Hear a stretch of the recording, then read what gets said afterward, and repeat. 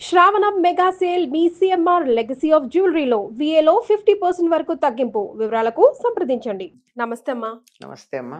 పోలాల అమావాస్య వస్తుంది కదా, మరి ఉమ్. ఈ రోజు ప్రత్యేకత గురించి తెలుసుకుందాం. ఒకసారి గుర్తు చేసుకుందాం. ఈ పోలామా అని కూడా అంటారు దీన్ని. అంటే ఎక్కడికైనా వెళ్దామనా? పోలా, పోదా కాదు, పోలా. పోలామా. ఉమ్. అమా అంటే అమావాస్యకి అమా అనే ఉంది. పేరు. ఓకే. పోలా అంటే బాగా కడుపు నిండా తిని విశ్రాంతి తీసుకుంటూ నెమరు వేస్తూ ఉన్నటువంటి వృషభానికి పోలా అని పేరు. ఓ. ఉహు. అంటే కడుపు నిండా తిని ఉండాలి, హాయిగా. హాయిగా తిని నెమరు వేసుకుంటూ ఉండాలి. ఉమ్. వృషభం అంటే ఎద్దు కాదు, ఉమ్. వృషభం వీరు. వృషభం అంటే ఆబోతు. ఉమ్. ఆబోతులు సంతానోత్పత్తికి పనికొస్తాయి, ఉమ్. ఎద్దు సంతానోత్పత్తికి పనికిరాదు, ఉమ్. దాన్ని అలా చేసేస్తారు. ఉమ్. కనుక అలాంటి దానికి పోలామా అని పేరు. ఇప్పుడు ఆగస్ట్ 23 వస్తుంది కదమ్మా. అవునమ్మా. ఉమ్. దీన్ని ఏమంటారంటే శ్రావణ బహుళ అమావాస్య. ఉమ్. ఈ అమావాస్యని పోలా అమావాస్య అంటారు. ఉమ్. ఈ పోలా అమావాస్యకి పురాణాల్లో ఎక్కడో ఒక చిన్న కథ ఉంది. అందుకే ప్రత్యేకం అమ్మ ఈరోజు. అదే కానీ మనకి పోలాల అమావాస్యం చేసేటటువంటి కథకి దీనికి సంబంధం కనపడదు. కనపడదా? సంబంధం పెట్టుకోవాల్సి ఉంటుంది మనం.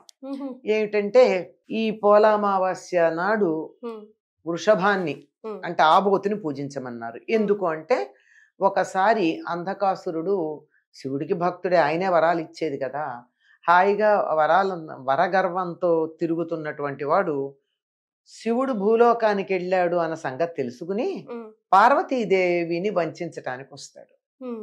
వెళ్ళ కదా, పార్వతి లోకైక సుందరి కదా. గుమ్మంలో ఉన్నటువంటి నంది వాడిని అడ్డగించి వాడితో యుద్ధం చేసి వాడిని ఆపుతాడు చాలా తీవ్రంగా. ఈ లోపల శివుడు వచ్చేస్తాడు. తన పార్వతిని అలా రక్షించినందుకు సంతోషించి ఏదన్నా వరం కోరుకోమంటాడు. వరం కోరుకోమంటే ఈరోజు శ్రావణ బహుళ అమావాస్య, సరిగ్గా ఇదే శ్రావణ బహుళ అమావాస్య నాడు నేను శిలాదుడు అనేటటువంటి ఆయన పొలం దున్నుతుంటే ఆయనకి వృషభ రూపంలో నేను అవతరించి కనిపించాను. కనుక ఈనాడు నన్ను పూజించినట్టే శ్రావణ బహుళ అమావాస్య నాడు నేను తృప్తి చెందుతాను చాలు భూలోకంలో వాళ్ళందరినీ అన్నాడు. అందుకే పోలామాస్య అని. అమావాస్య పోలా అమావాస్య. అయితే దీనికిను గోదావరి జిల్లా ప్రాంతంలో జరుపుకునేటటువంటి ఈ పోలాల అమావాస్యకి పెద్దగా సంబంధం ఏం లేదు. పెద్దగా లేకపోవడానికి, పెద్దగా లేదు అని ఎందుకు చెప్తున్నానంటే వృషభమేమో సంతానోత్పత్తి, గోజాతి పెరగడానికి పనికొచ్చేది. ఇక్కడ ఈ పోలాల అమావాస్య కథ కూడా సంతానం వృద్ధి చెందడానికి పనికొచ్చే కథ కనుక ఇంతకు మించి వాటికి మధ్య సంబంధం కనపడదు. ఇది ఏమిటంటే ఈ శ్రావణ బహుళ అమావాస్య నాడు అందరూ పోలేరమ్మని పూజిస్తారు. ఆవిడ్ని పూజించటం వల్ల సంతానం కలుగుతుందని, కలిగిన సంతానం ఆరోగ్యంగా ఉంటుందని. పోలేరమ్మ అంటే ఎవరు? పొలిమేరలను కాపాడేటటువంటి గ్రామ దేవతకి పోలేరమ్మ అని పేరు. రకరకాల పేర్లతో ఎన్ని పేర్లో ఉంటాయి. ఈ గ్రామ దేవతలందరూ ఆ గంగాదేవి యొక్క అంశాలుగా చెప్తారు. అది గంగానమ్మ అన్న పేరే ఎక్కువగా కనపడుతూ ఉంటుంది. పొలిమేరల్ని కాపలా కాస్తూ బయట నుంచి ఎవరు లోపలికి రాకుండా, ఏ చీడపీడలు లేకుండా, అంటువ్యాధులు ప్రబలకుండా గ్రామాన్ని కాపాడేటటువంటిది గ్రామదేవత. గ్రామదేవత సాధారణంగా ఊరికి మొదటి భాగంలో, అంటే ఊరికన్నా వెలుపలగా ఉంటుంది.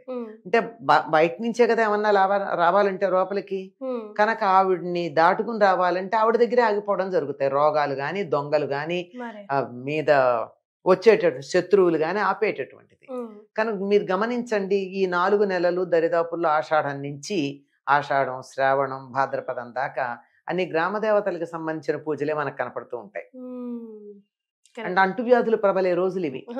ఇప్పుడు వస్తున్నాయి కూడా, అసలు అదే వస్తున్నాయి కదా, అదే అంటున్నా.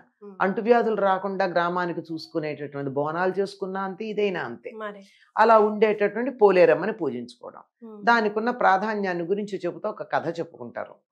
ఒక బ్రాహ్మడికి 7 కొడుకులు ఉన్నారు. 7 కొడుకులకి పెళ్లిళ్ళు అయినాయి. 7 కోడళ్ళు వచ్చారు.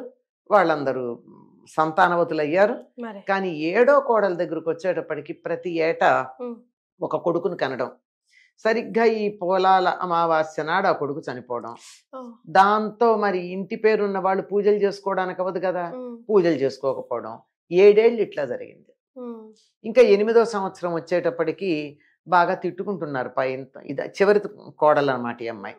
పైన ఉన్నటువంటి 6గురు తోడు కోడళ్ళు ఈ అమ్మాయి వల్ల మనం పూజలు చేసుకోలేకపోతున్నామని బాధపడ్డారు. తిట్టుకుంటున్నారు, మామూలుగా ఏం కాదు. ఏం చేసింది, 8వ సంవత్సరం మళ్ళీ మా పోలాల అమావాస్య వచ్చేప్పటికి యథాప్రకారంగా కొడుకు చనిపోయాడు. పొత్తిళ్లలో వాడు మాట్లాడకుండా బిడ్డను లోపల ఉంచి చచ్చిపోయాడు అన్న సంగతి ఎవరికి చెప్పకుండా అందరు తోడుకోడళ్ళకి వెళ్ళి వాళ్ళకి పూజలు చేసుకోవడంలో సహాయం చేసి, అక్కడి నుంచి తను కొంచెం పూజా సామాగ్రి తెచ్చుకుని, అంటే వాళ్ళది చలవ కదా, మనం ఎప్పుడైనా కానీ అవతల శుభంగా జరిగినటువంటి వాళ్ళ దగ్గర నుంచి కొన్ని తెచ్చుకుంటాం, మనకు కూడా శుభంగా జరగాలని. పూజా సామాగ్రి తెచ్చుకొని పూజ అంతా పూర్తి చేసుకుంది. అందరూ అమ్మయ్య ఈ సంవత్సరం అన్ని అమ్మాయి పూజ చేసుకొని ఇచ్చింది అనుకున్నారు. ఏడుచుకుంటూనే చేసింది, అమ్మవారికి బాధపడుతూనే చేసింది. తప్పట్లేదమ్మా, నా వల్ల వాళ్ళందరూ పూజలు చేయడం ఆగిపోయింది గనక నేను ఇలా పొరపాటు చేస్తున్నానని చెప్పింది. అయ్యాక చీకటి పడ్డాక ఊరు సద్దుమణిగాక అలా వెళ్ళిపోయి ఆ పోలేరమ్మ గుడి మెట్ల దగ్గర కూర్చుని ఏడుస్తోంది, నా కర్మ ఇట్లా కాలింది, నాకు అస్సలు సంతానం బతకటం లేదు అని.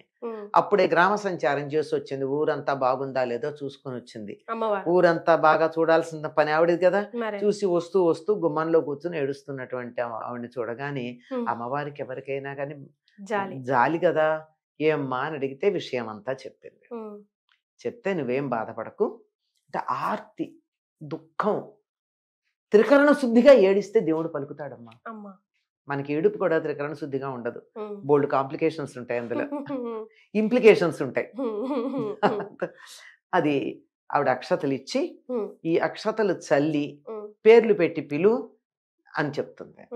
ఆ అమ్మాయి ఆవిడికి దండం పెట్టి నమస్కారం చేసి ఊళ్ళో ఉన్న ఆ బిడ్డ శవం ఉంది కదా దాని మీద చల్లితే వాడు లేచాడు.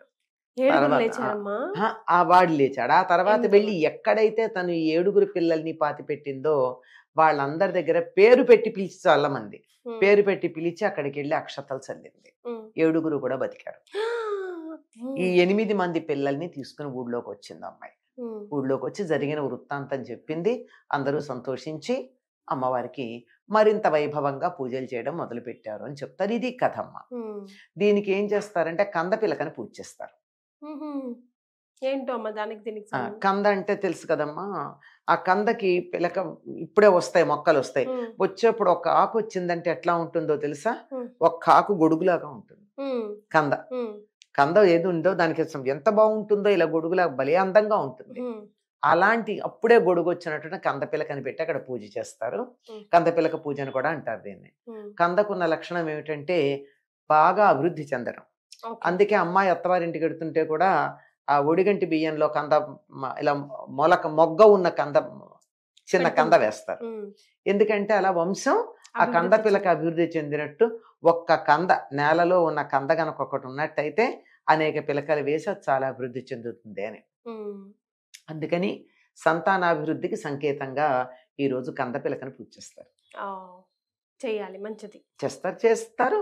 ఆ పోలేరమ్మ కథ చెప్పుకుంటారు. చాలా సంతోషం అమ్మ, ధన్యవాదాలు.